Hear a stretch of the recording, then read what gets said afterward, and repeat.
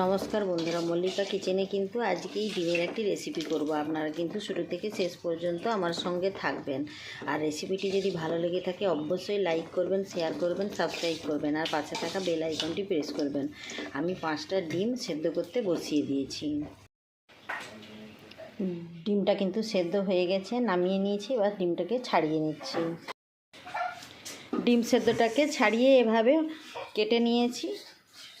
আর এদিকে কাজু বাদাম কয়েকটা নিয়েছি, সরষে নিয়েছি 2 চামচ, কালো সরষে নিয়েছি 1 চামচ, পোস্ত নিয়েছি 1 চামচ, লঙ্কা নিয়েছি 3টে।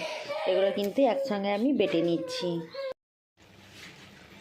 কড়াতে কিন্তু 1 চামচ তেল দিয়ে দিয়েছিলাম, তেলটা গরমও হয়ে গেছে। এবার বেটে রাখা মশলাটা দিয়ে দিচ্ছি।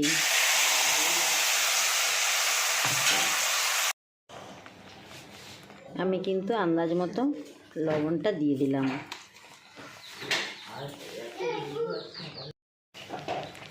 এবারে কিন্তু এই কৌটোটা ধুয়ে আমি একটু জল দিয়ে দিচ্ছি। মশলাটা কিন্তু ভাজছি না, শুধু গরম তেলের উপরে মশলাটা দিয়ে লবণ দিয়ে একটু নেড়ে দিয়েছি। এবারে কিন্তু এই সেদ্ধ করে রাখা ডিমগুলো দিয়ে দিচ্ছি। এবারে কিন্তু ওপর থেকে সরিষার তেলটা দিয়ে দিলাম।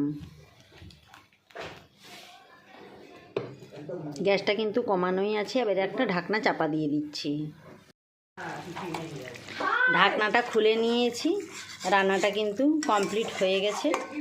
এবার আমি নামিয়ে নিচ্ছি।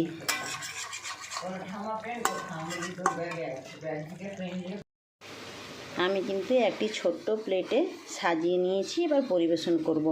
আপনারা কিন্তু অবশ্যই এভাবে একবার হলেও বাড়িতে বানিয়ে খাবেন। আমি তাহলে পরিবেশন করছি। আজকের মতো টাটা।